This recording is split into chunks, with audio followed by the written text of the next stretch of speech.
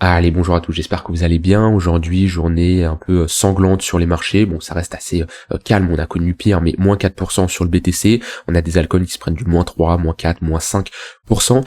Est-ce que c'est la fin? Est-ce que on va break ce niveau des 60 000 $? Est-ce que ce niveau va tenir? Voilà, donc on verra tout ça bien sûr en détail. On parlera d'Ethereum et on ira voir le marché US parce que j'ai pas fait d'update hier. Je vous refais une update également aujourd'hui, puisque ça bouge. En général, je m'intéresse plutôt aux altcoins quand le marché fait pas grand-chose, quand il se passe pas énormément de choses sur le BTC, sauf que là ça bouge, il peut y avoir des opportunités, donc vaut mieux faire une update sur le BTC selon moi. La dernière fois je vous avais fait l'update, donc c'était hier, moi j'avais deux niveaux que je surveillais là sur de l'intraday, ce niveau là des 70 500 $, également si on avait un pullback sur notre haut de range ici, ça pouvait être intéressant, sauf que déjà on n'a pas été chercher cette zone là, ensuite on a été chercher cette zone là mais on n'a eu aucune réaction acheteuse, on l'a clairement transpercé, on est revenu dans les moyennes mobiles mais aucun signal d'achat, donc je n'ai pas eu de setup hier qui s'est enclenché. C'est bien de déterminer des zones, c'est ce que je vous conseille, c'est la première chose à faire sur une charte. Maintenant ces zones là c'est pas pour ça qu'on doit absolument les acheter ou absolument les vendre. Ce qu'il faut c'est observer au moment où on arrive sur cette zone comment le marché réagit. Ici j'ai rien eu de concret.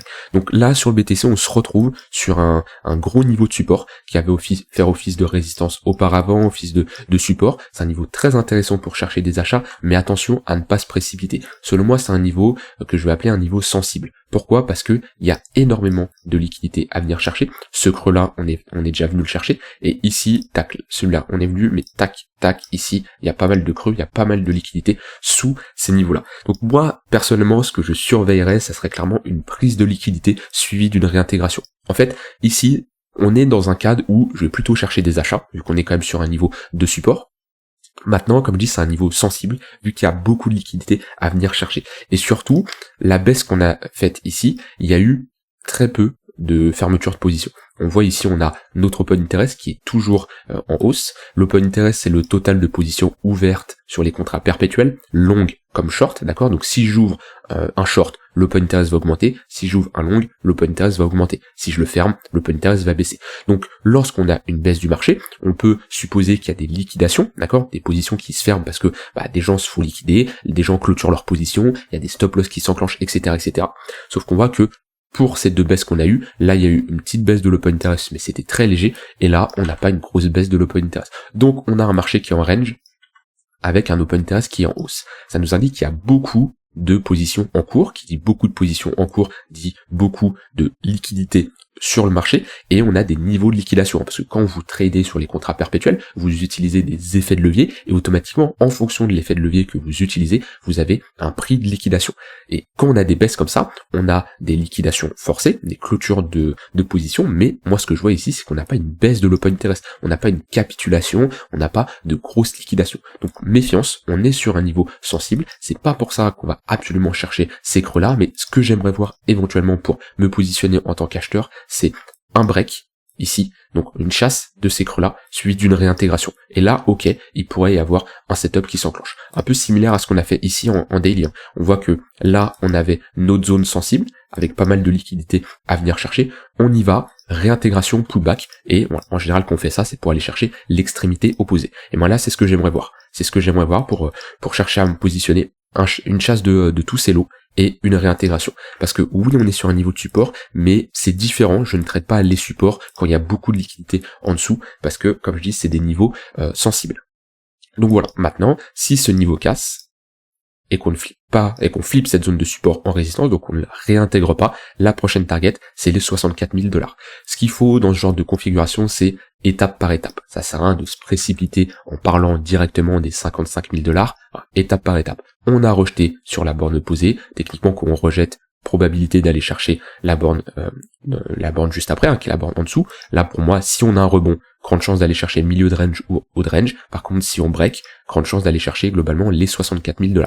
Étape par étape, on a des zones de localisation, et là, en tant que swing trader, votre but c'est pas de savoir le marché où il sera dans 6 mois, 1 an, votre but c'est, vous avez 4 niveaux, et en fonction de si on évolue au-dessus ou en dessous, vous cherchez à vous positionner, en fonction bien sûr de si on est sur un niveau de support ou un niveau de résistance. On voit que c'est des niveaux qui réagissent plutôt bien, il n'y a pas besoin de faire plus compliqué que ça, d'accord? Il n'y a pas besoin de chercher des théories de je sais pas quoi, non, on a des niveaux qui sont clés, on a le marché qui réagit bien sur ces niveaux. Maintenant, voilà, on a tracé des zones, attention, quand on trace des zones, c'est pas obligatoire qu'on doit se positionner. On a nos zones, maintenant ce qu'on veut, c'est une réaction du marché sur ces niveaux-là. Et quand on est sur des zones sensibles comme ça, avec pas mal de liquidités, eh ben, je me méfierais et je préférerais avoir une chasse des lots suivie d'une réintégration.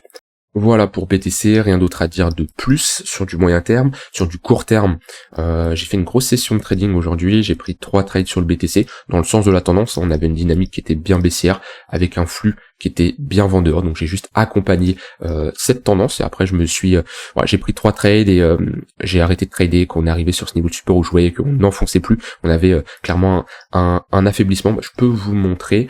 Premier trade, j'ai pris ici un BE, j'ai pris un BE, c'est parti, j'ai mis mon SL au prix d'entrée et le marché est revenu.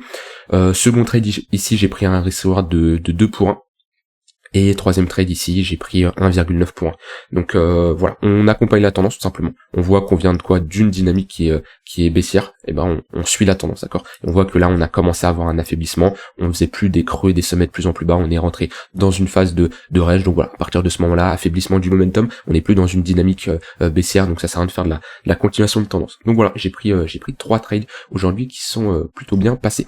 D'ailleurs, on me pose souvent la question, tu trades sur quelle plateforme? Je trade sur BingX, qui est pour moi un très bon exchange, j'ai pas de problème avec eux. Après, un exchange, c'est votre outil de travail, mais rien n'empêche de changer assez souvent. Si vous avez un problème avec tel exchange, si ça se passe pas bien, si vous êtes moins satisfait, c'est rapide de bouger, vous transférez vos fonds. Voilà. Moi, avant, j'ai tradé sur Binance à un moment, quand il y a les contrats futurs. Ensuite, ils les ont enlevés. Je suis passé sur Bybit. C'était un bon exchange, mais j'ai testé BingX et je trouve que c'était intéressant. Puis après Bybit, là c'est un peu fermé en France, aux dernières nouvelles c'était compliqué. Je crois que c'est pour les nouveaux qui s'inscrivent. Donc voilà, j'ai été sur BingX, là-dessus il y a aucun souci, les frais sont corrects, il y a assez de liquidité. Donc voilà, mais de toute façon aucun exchange pourra faire aussi bien que Binance selon moi, qu'on avait de quoi trader les contrats perpétuels. Maintenant faut s'adapter, c'est plus comme on peut plus sur Binance, et on passe par d'autres plateformes. Et du côté BingX, j'ai aucun souci. Si ça vous intéresse, je vous partage un lien de parrainage qui vous permettra d'avoir une réduction sur vos frais, ce qui est important. Croyez-moi, ça peut faire la différence si vous tradez pas mal. Parce que oui, les frais, ça joue beaucoup. Voilà. Donc sur BTC, on a vu, là-dessus, il n'y a rien d'autre à ajouter. Sur Ether, on est en train de break ici un niveau quand même qui était assez important, vu qu'on voit qu'on était bloqué à l'intérieur d'un range globalement entre 2 bornes, et ici une pattern de top, on continue notre phase de creux et sommet de plus en plus bas. Là c'est pas très bon.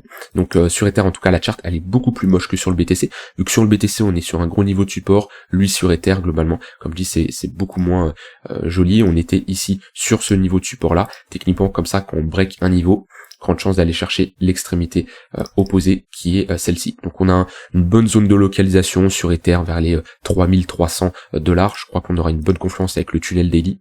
Exactement, là on voit que sur du court terme on crosse le 15 minutes qui repasse ici sous le 1 heure. On voit que le 15 minutes fait bien office de résistance. Si on commence à avoir un 1 heure qui crosse le 4 heures, ça sera pas très bon.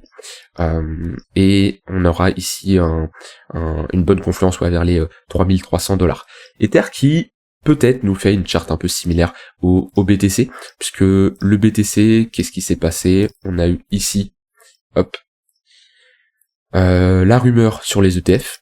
Là, on a eu le sell the news quand on a eu l'annonce des ETF, qui était début janvier, là, le 10 janvier je crois.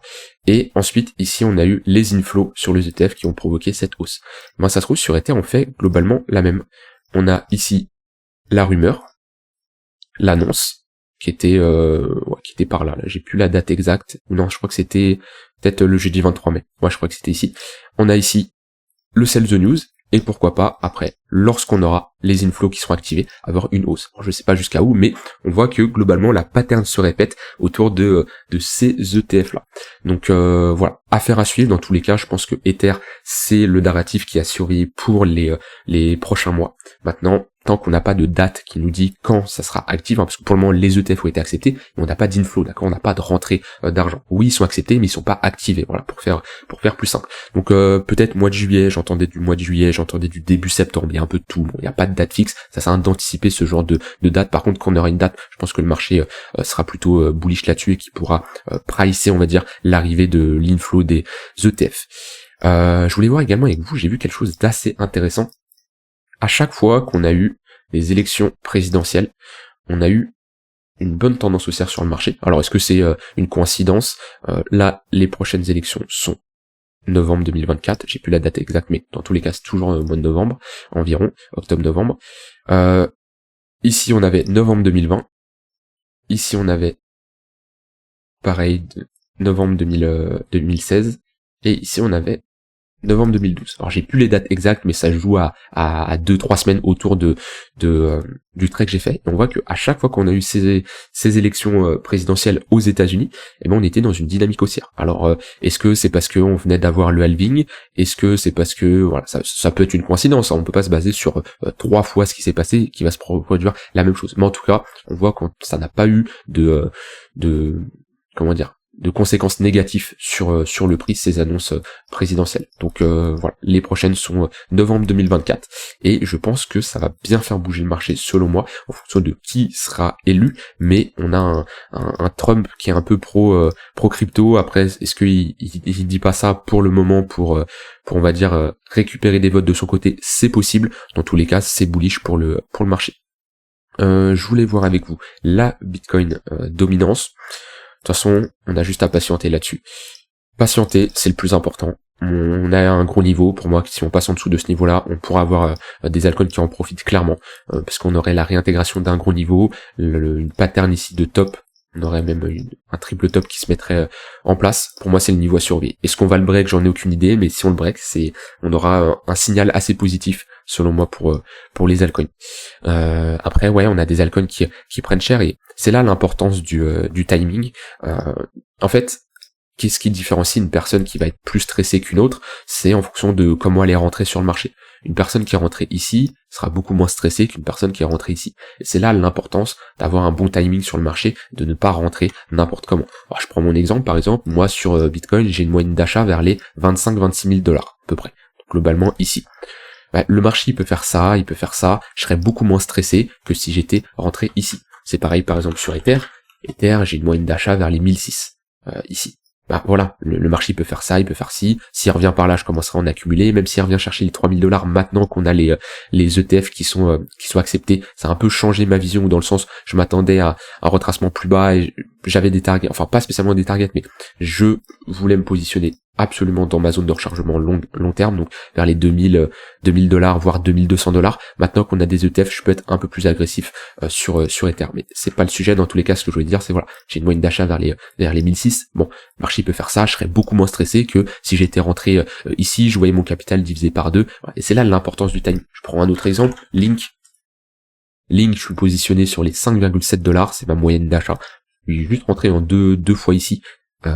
Et voilà, j'ai une bonne moyenne d'achat, j'ai un bon timing, et ben le marché peut performer, il peut faire un peu ce qu'il veut, je serais beaucoup moins stressé. Comparé à d'autres cryptos, par exemple, je prends le cas, parce que j'ai pas que des entrées parfaites. Par exemple, je prends le cas de Axelar.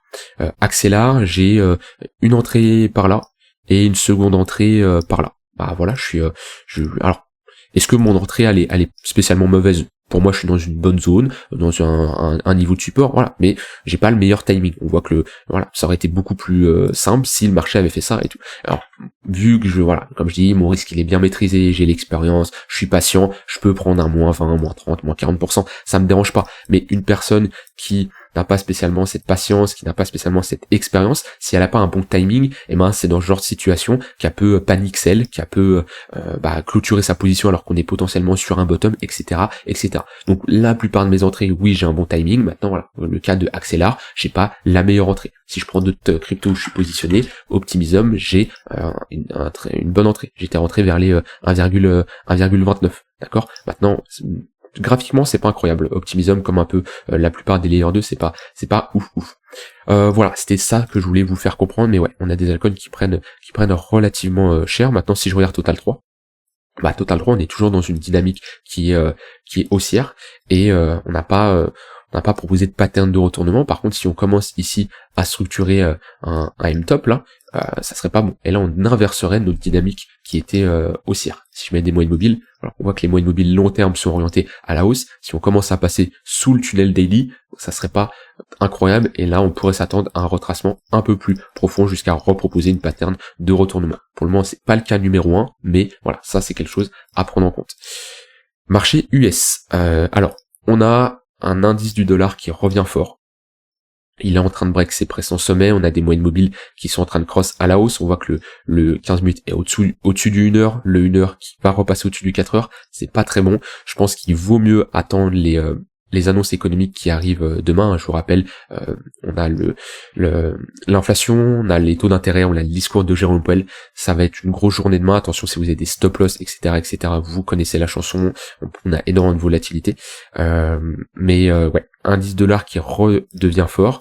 On a un S&P, un Nasdaq qui globalement reste plutôt bullish, au-dessus de leur ATH, des moyennes mobiles qui sont toujours orientés à la hausse. Bon, on n'a pas spécialement de signaux de retournement. Pour le moment, on est dans des ranges précédés par des dynamiques haussières sur des niveaux de support. Bon, tant qu'on n'a pas de réintégration de ce niveau-là, bon, on peut continuer cette hausse. Par contre, si on commence à passer sous le tunnel 1 heure, réintégration de ce niveau-là, on peut s'atteindre à un retracement un peu plus profond, notamment chercher notre tunnel 4 heures. Mais globalement, il y a une petite décorrélation là quand même. En général, quand on a un indice de dollar qui performe autant, on va avoir un Nasdaq, un S&P, le marché action qui va prendre un peu plus cher, ce qui n'est pas le cas actuellement. Donc il y a une petite anomalie, je pense qu'elle sera résolue demain suite aux annonces, demain et en fin de semaine. En tout cas, ça va être une fin de semaine assez chargée à voir ce qu'on a. Rien d'autre à ajouter. Voilà, pour moi, soyez patients. Ayez toujours du cash de côté, ça c'est important. Déterminez vos zones d'intervention sur du moyen long terme, au cas où on a une baisse du marché. Ayez votre plan, sachez à quel moment vous voulez rentrer en position, combien vous vous apprêtez à mettre en exposition, quel est votre risque là-dessus, sur chaque position, à quel moment vous prenez vos profits, etc. Plus vous avez un plan, moins vous agissez avec vos émotions, moins vous êtes dans le flou, d'accord, même si trader, investir, c'est dans l'incertitude, on ne sait jamais ce qui va se passer à l'avance, mais au moins vous avez un plan, vous avez une ligne directrice. De toute façon, vous ne contrôlez pas le marché, personne n'a le contrôle du marché. La seule chose que vous contrôlez, c'est votre prix d'entrée, votre zone d'invalidation et votre gestion de risque, d'accord, combien vous vous apprêtez à risquer sur chaque position. Après, entre-temps, ce qui se passe, moi quand je suis rentré ici sur le marché, que le marché fasse ça, j'ai aucun pouvoir, j'en ai aucune idée. Par contre, là où je rentre, là où je mets ma zone d'invalidation et combien je risque, là oui, c'est moi qui décide. Par contre, le reste, ça c'est le marché qui décide. Je vous souhaite une très bonne fin de journée. Si vous avez des questions, n'hésitez pas à les poser, j'y répondrai dans la prochaine update. Je vous souhaite une bonne fin de journée, on se retrouve demain, bye bye.